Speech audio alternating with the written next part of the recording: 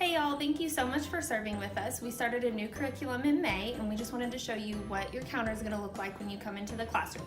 So you're going to have your teaching pictures, you're going to have a teaching plan, sign-in sheet, materials and colors, and then you're going to have a caddy with Ziploc bags in order with your activities that correlate with your teaching plan.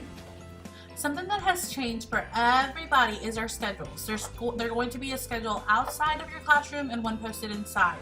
Please keep an eye on them because your Bible times have changed. For going to big rooms, your playground has changed, and your snack time has changed. Now you'll have all of your activity cards stapled like this, and inside of your bin you will only have Ziploc bags with the activities that require supplies. That way when you're done you can put it back inside the Ziploc bag and in the bin in case it is used again at the 11 o'clock hour. Activity 1 is called Floor Puzzle. Each classroom is going to get a puzzle. Let each child take a turn putting it together, and you're going to talk about how your Bible lesson for the day is about how God had a plan for Joseph and how Joseph carried out his plan. Activity number 2 is a review of last week's lesson, and you can use that with the teaching card that will be inside of your Ziploc bags. And that week we talked about how Joseph interpreted Pharaoh's dream and saved the grain. So activity number 3 is the last part of Joseph's story.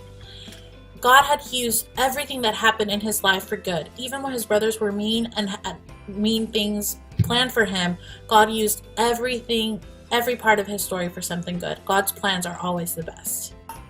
Activity 4 is called Pieces of Joseph's Story. Each child is going to get a bag with puzzle pieces in there. You're going to encourage them to color the pictures on the pieces and have them put it together. Activity 5 is called Verse Puzzle. You're going to get 2 sets of puzzle pieces and separate the room into 2 teams, and you're going to have the kids see who can put together the verse for the day faster. Activity 6 is called Follow the Plan. For this game, you're going to stand in front of the children and you are going to give out instructions as if playing a game of Simon Says. Activity number 7 is the first activity for the 11 o'clock hour. This is going to be our Memorial Day craft, and they're going to have crosses as sun catchers that they get to color with a marker in blue or red. It will help them put a string around them, and then they can pray for America. Activity number 8 is also a review of last week. You can use this card and remember God had a plan for Joseph like God has a plan for you. Activity number 9 is teaching today's lesson. And that is that God used everything that happened in Joseph's life for purpose and for good. And just like that, God has every part of our lives in his hands and he has a plan for us. For activity 10, you are going to play Follow the Plan again and just follow the instructions from activity 6. Hi y'all, I just wanted to introduce myself. My name is Yemi Doherty. I'm the resource coordinator here at the North Campus. What I do all week is get all the supplies that you guys use in the classrooms.